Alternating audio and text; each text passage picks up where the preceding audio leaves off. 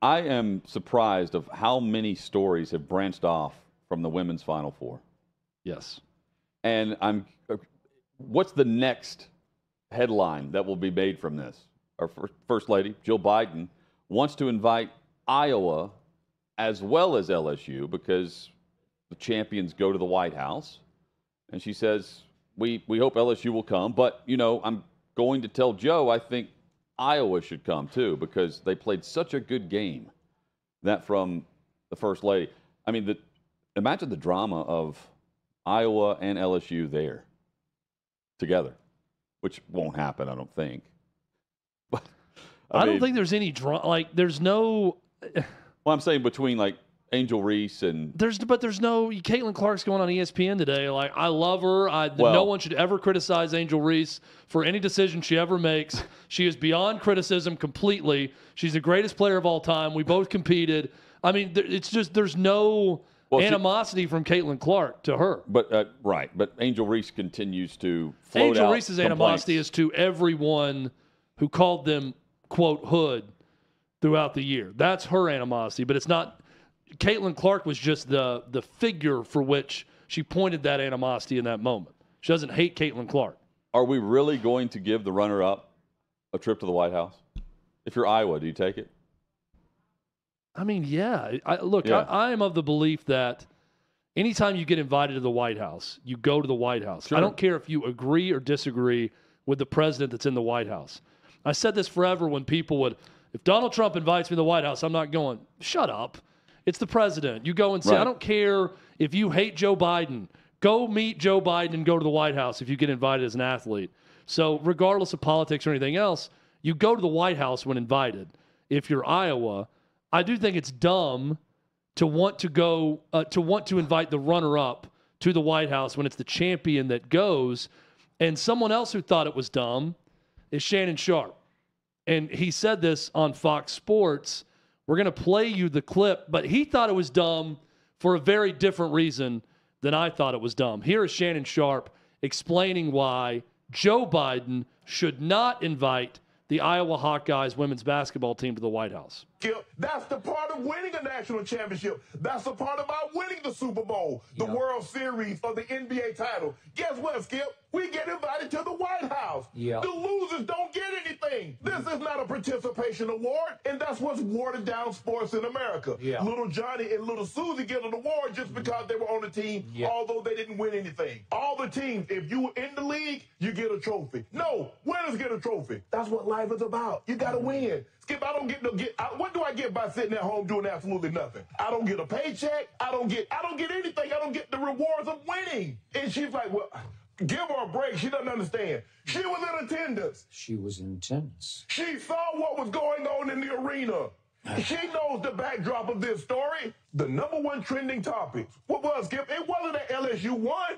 It was Angel Reese and Caitlin Clark. Yep. And so she's a doctor. If she didn't know, she should have known before she opened her mouth and blurted this dumb scenario out because they played hard. Skip, everybody plays hard. Yeah. But you get rewarded by winning this. In 2016, it's been out for a long time, Skip. They said optics. How do things look? Does Dr. Jill Biden understand how this looks? She, white America? Yeah. The losing side is white America. Yeah. And she's like, you know what? Since the black, come on, Dr. Biden, you know better than this. Did you forget who helped put your husband in the White House? You're going to find out a very serious, hard lesson in 24.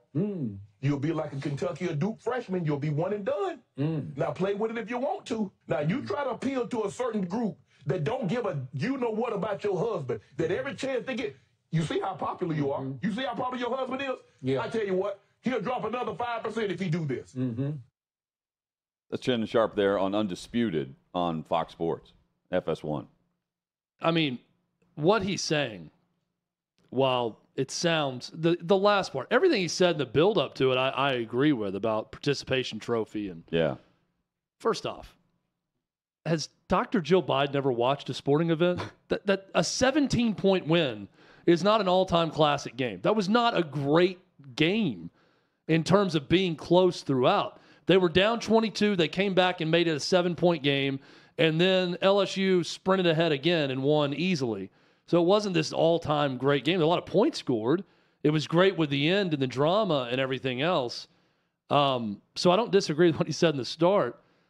And the really sad thing, I think, just for America in general, is he's probably right. There's probably a lot of black people who would not vote for Joe Biden simply because of this that follows this story.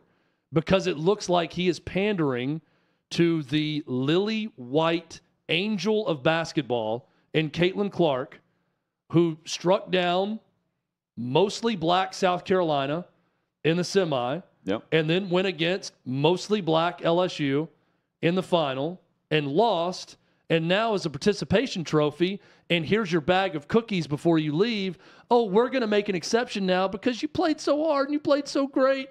So now you get to come to the White House along with national champion LSU. It would be dumb for Joe Biden to invite Iowa for that reason. You invite the champion and not the runner-up. But while I think it's silly that this is the argument, Shannon Sharpe is probably right about this argument. I don't think this is the one issue that would lose Joe Biden the White House, but I do think there's a number of people that are single-issue voters, or they get one thing stuck in their head, and that's the only reason they're going to vote for someone or not vote for someone else. He's probably right. There are a number of people who would say, yep, not voting for Joe Biden now. He's looking out for them and not us, so I'm out on Joe Biden. But also, when did this all stir up, this discussion that it's all about black or white? Was it the Elite Eight? Was it the Final Four? I think any time, because you don't even have to start it. Well, it's just there.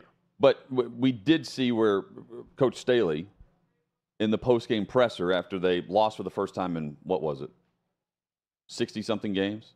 Yeah. And she's pointing out their whole path all season and saying, hey, we know what the media was saying behind the scenes. We've got people telling us, and I don't appreciate it. And, we're not thugs. And I think she's referencing a pregame comment saying that Iowa's coach was saying we're going to be in a street fight or something of that nature. Maybe it's more than that she was specifically picking up on, but it has turned into something that the participants in this really aren't wanting to discuss it. Caitlin Clark, who everyone wants to get on the show and have Chad, you mentioned ESPN. She's like, yeah, Angel Reese can do whatever she wants. She's great. She's beyond criticism, according to Caitlin Clark. But the only one complaining right now is, correct me if I'm wrong here, is Angel, right? Yes. And let me also say this. Don Staley's a hell of a coach. How soft are you if you think someone saying it's going to be a street fight is somehow I don't know, but a racial attack? When she referenced the word thug, and I'm thinking, what was this? And then you can go to Outkick.com for the full quote, but it goes back to a presser pregame where Iowa had said, we're going to be in a street fight with them. But it's true. There's nothing wrong with saying you're going to be in a street fight. No. It is a common sports analogy that's used for all things. That's not to say that we're basketball players. We play the game the right way. It's not a street fight. Come on. That's being overly sensitive to everything. What it's done is taken away from what was record number viewership. I don't think it's taken away from anything. And I'll say why. I think this is only adding. Now, do I think it's going to have some huge, massive impact on next year's regular season? No. Do I think Caitlin Clark and Angel Reese being in next year's NCAA tournament will lead to more record numbers? Absolutely. I think they'll surpass what they did this year if that happens. So I think overall it's good for the sport, but the racial element of sports has always existed. You don't have to duck it or hide from it just because this goes back to Larry Bird versus Magic Johnson, right? Most of white America would side with Larry Bird and the Celtics, who had more white guys playing. And a lot of black America at the time would side with Magic Johnson. I don't look at that and think, and by the way, the country was much more racist then than it is now. We have gotten better with a lot of this stupid stuff since then. But I don't look at that and think, every black person who loved Magic Johnson and hated Larry Bird hated all white people, the same as I don't look at it, and say, everyone who loved Larry Bird and hated, Magic Johnson at the time hates all black people. I don't think either's true, although in Boston, maybe that is the case with some of them and their Celtics fandom. There's also Celtics-Lakers, too, which is Of course, but America in the middle would be divided on racial lines. I think a lot of white Americans probably sided with Caitlin Clark in these games because they're not used to seeing a white girl play this way. I think Americans sided with Caitlin Clark. If not for Caitlin Clark, were you watching? No. But they have record viewership not because of any of the other teams involved. It was her. So I don't think it's white America. I just think it's America tuned in to watch Caitlin Clark. But they didn't tune in to see Angel Reese. But what happened the moment LSU won and then this happened? Very much. If you dared to say it was classless to taunt a player for losing a national championship game, then you were doing that because, she's taunting the white girl, and here is the black girl doing that, and that's why you're doing that, even if you just thought it was classless to begin with. I mean, but we always end up going a little bit down these racial lines. But always where? Like the you can't see me. I mean, watch an NBA game. Of course. I mean, this is the rare occurrence where you have the racism and sexism meeting at the pinnacle here, because we're not coming in and discussing whatever taunting was going on from the NFL or from last night's national championship game. We could certainly react to it and say, there's class and classless based on how people react and how teams and coaches handle certain things. And we've referenced that with Alabama versus what we saw with Kansas State whenever they lost. Point being, the nation tuned in to women's basketball, and it was due to Caitlin Clark in Iowa. I don't think it had anything to do with South Carolina or LSU, because if it did, we'd see numbers like this last year when South Carolina won. Yeah, look, I think it's just going back to the original point about, Magic, Larry, and now Caitlin Clark, Angel Reese, with a lot of people. And a lot of people just aren't, they're too afraid to admit this about themselves or whatever. I didn't grow up saying, man, every white athlete is what I aspire to be, and they're my favorite athletes. I think every sport, if I go back and look at my childhood, my favorite player in every sport is black. David Justice of the Braves, my all-time favorite baseball player. Michael Jordan in basketball. Yep. Loved Reggie Miller. Loved Warren Moon. Loved Randall Cunningham, right? So it's not just 100% down the line, this is who you're going to root for, because we've come a long way as a country, and that's not the case most of the time. But the same way we talk about representation in Hollywood and representation on screen, right? There's a lot of people of different races that aren't white that for a long time in their life, they always looked on the screen and saw nothing but white people or mostly white people. And they will say that it is meaningful when you have representation on screen and you get to see someone who looks like you that's in a leading role in a TV show or a movie, and that's impactful, right? And I understand that. I totally get it, and I think that's a great thing overall when different races are represented in big-time spots or on the screen. Well, I do think the same goes for a lot of white people watching women's basketball to see Caitlin Clark. Yeah, but no one knew about Caitlin Clark until the Elite Eight. No, but now they do. It was up 103% from last year, though. And I'm saying, I'm agreeing with you. We tuned in to watch her catch and shoot. Yeah. And that was the impact that she had on the Final Four and the Elite Eight whenever they're making their run through Louisville as well. I totally agree. But my point being, though, that if you're watching the game and for whatever reason you start rooting for Caitlin Clark, and in the back of your mind, the reason is because I look like her or I identify with her, then that is a natural response the same way that we're hearing a lot of every other race saying, hey, I represent with this on screen right now, so I'm drawn to it. I understand both. Would not at all be any excuse to say, now I hate that.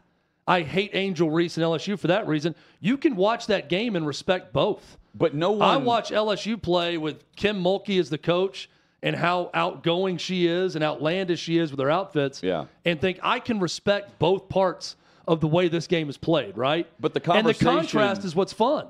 But the conversation starts with her taunting with Louisville. That's where it actually started. But no one mentioned it until this happened. Oh, not defending the three. That was a headline instead of the game.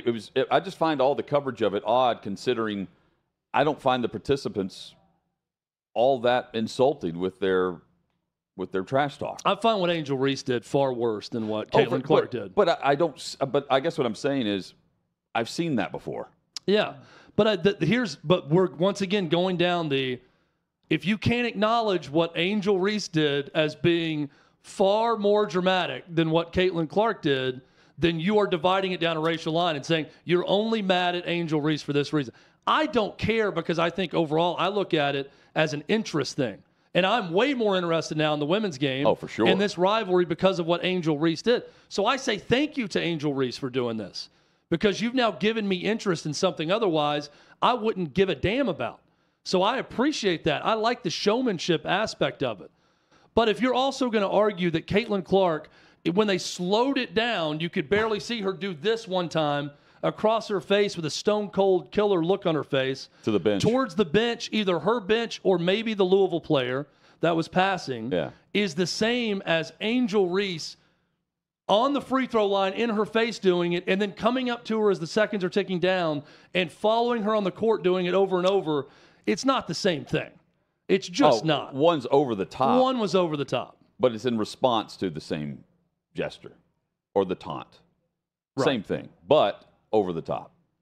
Exaggerated. Yes. But again, we've seen it, though. It's the same gesture, for sure, but one's very different from the other.